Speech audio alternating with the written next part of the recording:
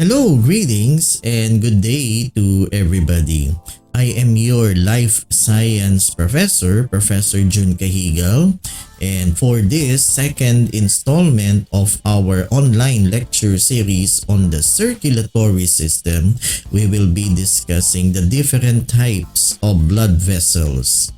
So before we proceed to our main agenda for this video, please like and share this video so that we could reach more students taking life sciences. So come on and join me as we study the different types of blood vessels. Hello, greetings, and good day to everybody. I am Professor Jun Cajigal. And this video is the second installment for our online lecture series on the circulatory system. Now, in the first video, we have discussed the anatomy and physiology of the human heart. So let us now begin with our discussion on the blood vessels. Now, there are three types of blood vessels that make up our circulatory system. So first, we have the arteries. Then we have the veins and the capillaries. Now, arteries, they are blood vessels that carry blood away from the heart. And generally, arteries, they carry blood rich in oxygen or oxygenated blood. Now, wait a minute, hold your horses. Now, as I have mentioned, in general, arteries, they transport or they carry blood rich in oxygen, or we call that oxygenated blood. Now, the only exception there are the pulmonary arteries. The pulmonary arteries, they transport or they carry blood rich in carbon dioxide, or we call that deoxygenated blood. But anyway, we will go deeper into that later. Now, for now, let's zoom in on the anatomy of the artery. Now, as I mentioned, arteries, they carry blood away from the heart. And arteries, they manifest thick muscular wall and elastic fibers. Now, the thick muscular wall and elastic fibers will allow the artery to stretch under pressure. And also, the thick muscular wall is capable of contracting, or we call that vasoconstriction, and to dilate or vasodilation. This is in order to push blood along. And also, it is important to mention that blood flows through the arteries under high pressure. And the thick muscular wall and elastic fibers will allow the arteries to stretch under high pressure. Alright, now at this point, let us now enumerate the three types of arteries. Now, arteries are categorized or they are classified based on size and function. Now, the first type of artery is the so-called elastic arteries or conducting arteries. Now, these arteries, elastic arteries, they are the largest arteries, and that includes the aorta and other nearby arterial branches. Elastic arteries contain a large amount of elastic connective tissue, which enables the artery to expand or to stretch as blood enters the lumen from the contracting heart. Then during relaxation of the heart, the elastic wall of the artery recoils to its original position, forcing the blood forward and smoothing the jerky discharge of blood from the heart. So those are the elastic arteries that contain large amounts of elastic fiber connective tissue. Now, to help you visualize the function of these elastic arteries, let us now focus our attention to this animated illustration. Now, as I mentioned, these elastic arteries, they contain large amounts of elastic connective tissue. And also we know that blood flows through the arteries under high pressure. So these elastic connective tissue will allow the elastic arteries to expand or to stretch under high pressure. And during the relaxation of the heart, the elastic arteries will return to its original shape or position, and this expansion and relaxation of the elastic arteries will help propel the blood forward. So those are the elastic arteries.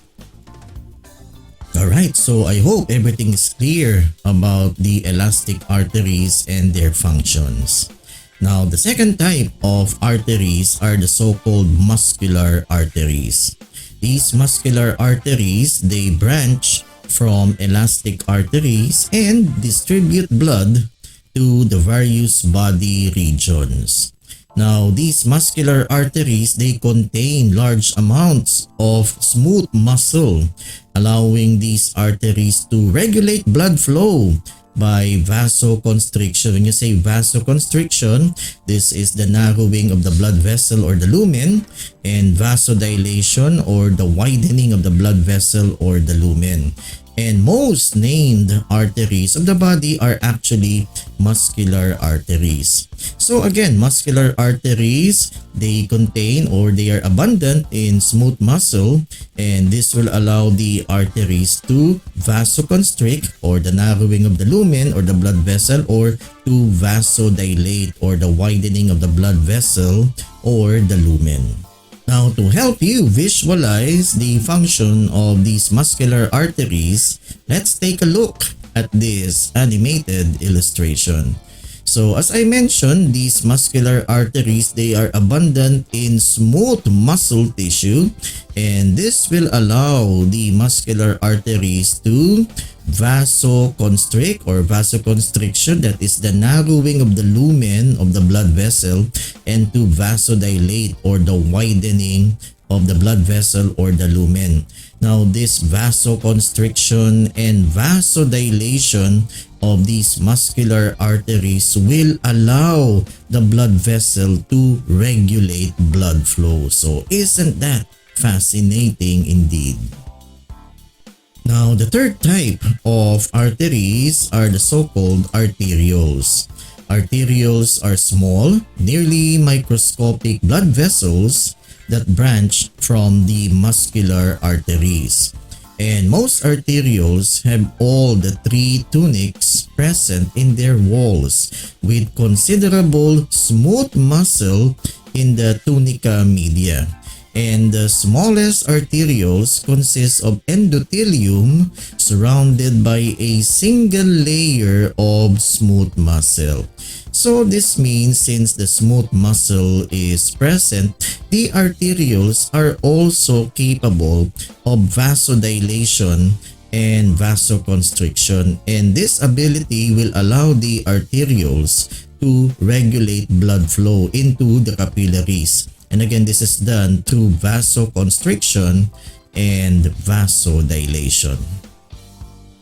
So those are the three types of arteries. Now, the largest artery in our body is the aorta. The aorta is the main artery leaving the heart. And like what I have mentioned a while ago, in general, arteries, they transport or they carry oxygenated blood or blood rich in oxygen. The only exception are the pulmonary arteries. The pulmonary arteries, they are the arteries that carry blood rich in carbon dioxide or deoxygenated blood to the lungs.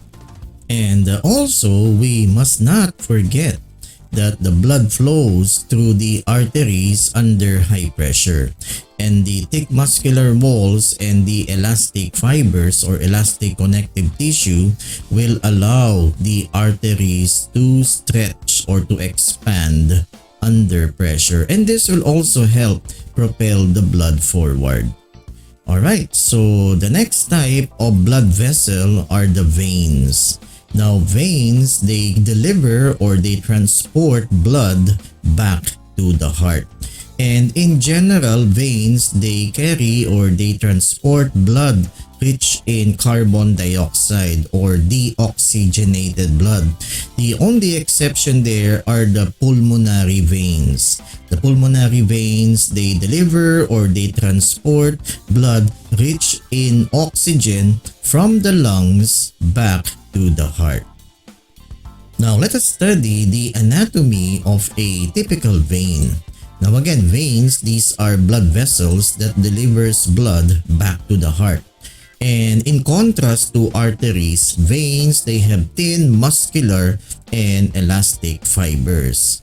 And also veins are equipped with valves which act to stop the blood from going in the wrong direction, or these valves, they see to it that the blood flows only in one direction.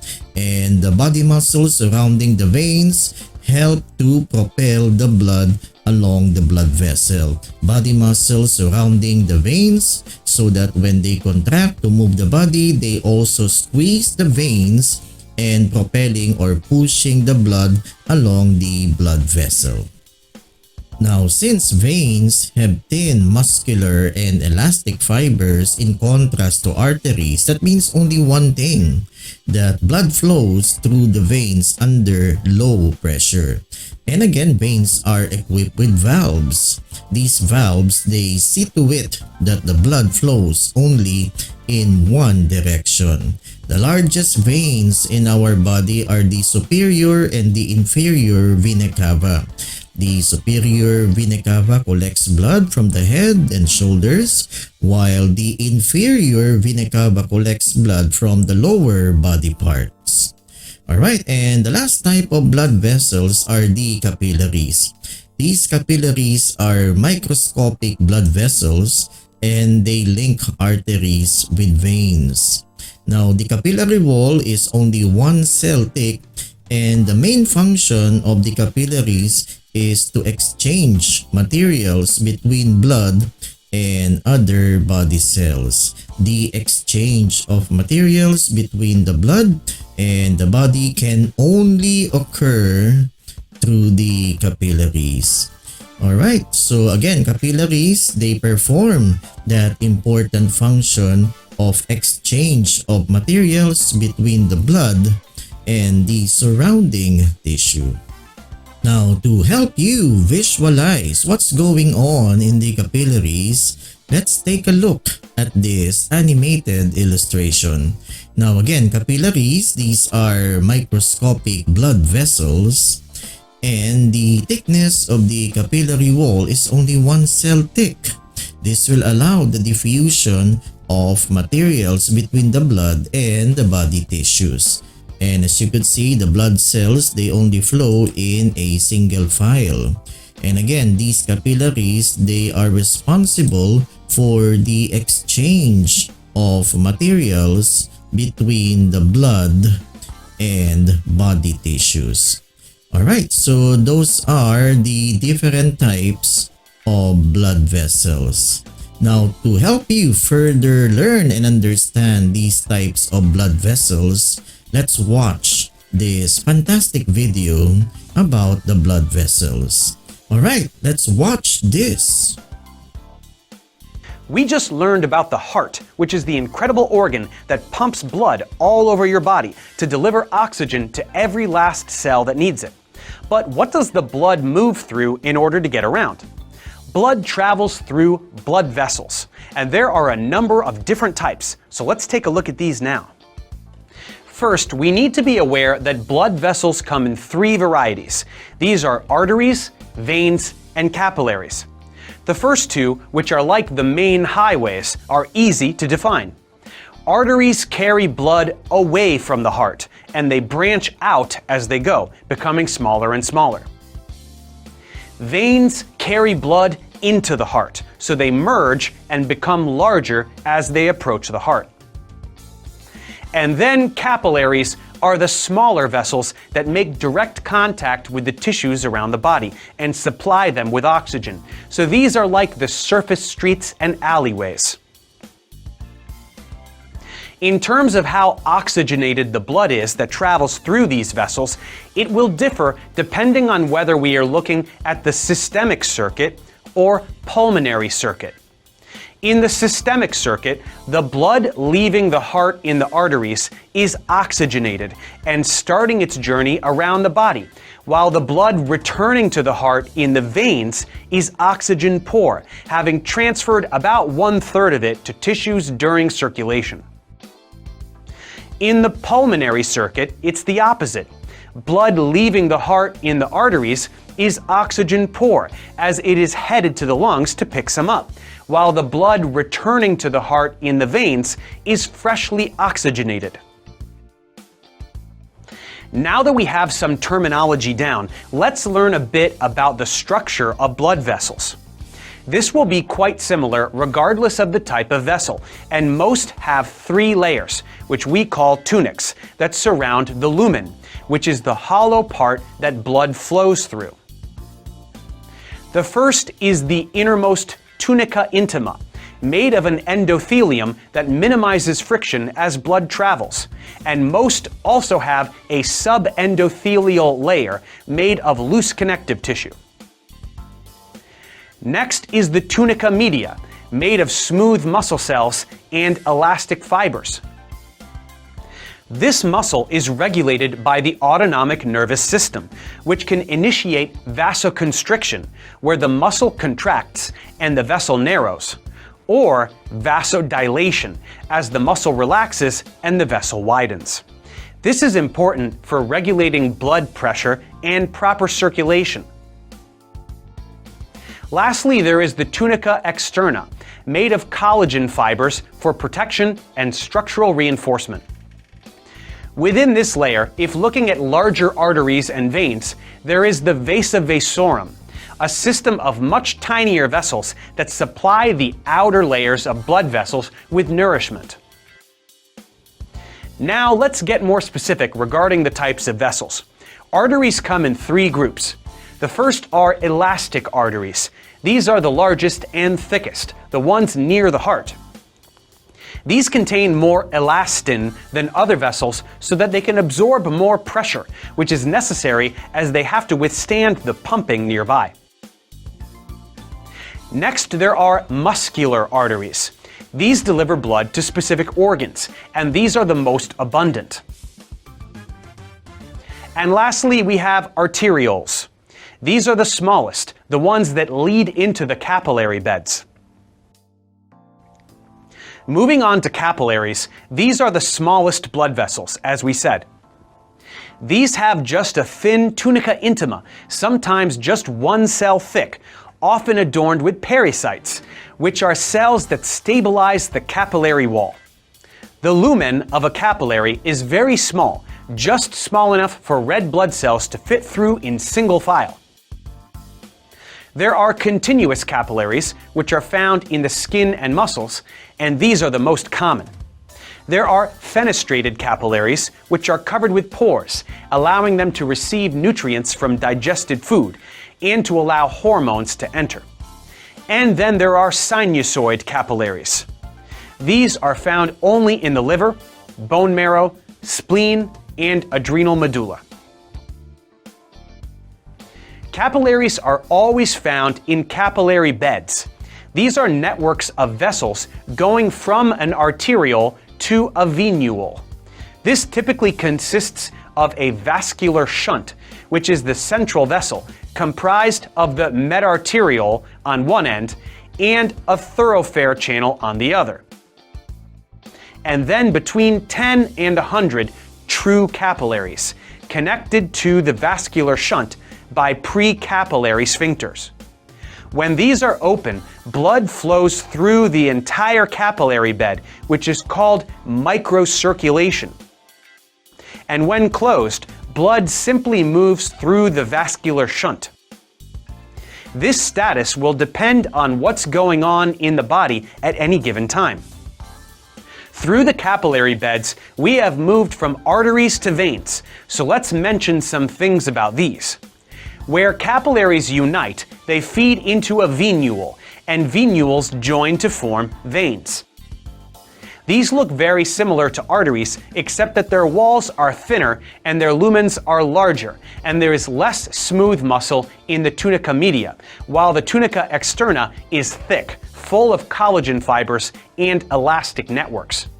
Veins experience much lower blood pressure than arteries, and in order to prevent backwards flow, there are a number of venous valves that help direct blood flow, especially in the limbs where blood has to go against gravity to get back to the heart. With some of the finer details out of the way, we can safely zoom out and look at both the systemic circuit and pulmonary circuit as a whole and identify some of the key features of each. There are so many individual arteries and veins with specific names, far too many to name right now, but we can examine a few diagrams and perhaps one day you'll learn them all. First, looking at the pulmonary circuit, we see the oxygen-poor dark red blood gets pumped from the right ventricle into the pulmonary trunk, which becomes the pulmonary arteries. These quickly branch to form arterioles and then many pulmonary capillaries, where oxygen is gathered from the air sacs in the lungs. As it becomes oxygenated, the blood turns bright red, and these capillary beds drain into venules which join to form the two pulmonary veins that exit each lung. And these lead back to the left atrium of the heart to complete the circuit. From there, the systemic circuit begins, as the oxygenated blood is pumped out of the left ventricle through the aorta. This splits into many smaller arteries, which split into arterioles, and then capillaries that run through all of our organs. These vessels all have names that reflect either their specific location, the organs served, or the bone they follow, and they are not always symmetrical. The head and neck have specific arteries, as do the upper limbs, the lower limbs, and the abdomen. Then, of course, the blood makes its way through to the veins, the largest of which are the superior vena cava and the inferior vena cava. These feed back into the heart. And of course, there are, once again, specific veins found in the head and neck, the upper limbs, the lower limbs, and the abdomen, all with names that correlate with location, organ, or bone.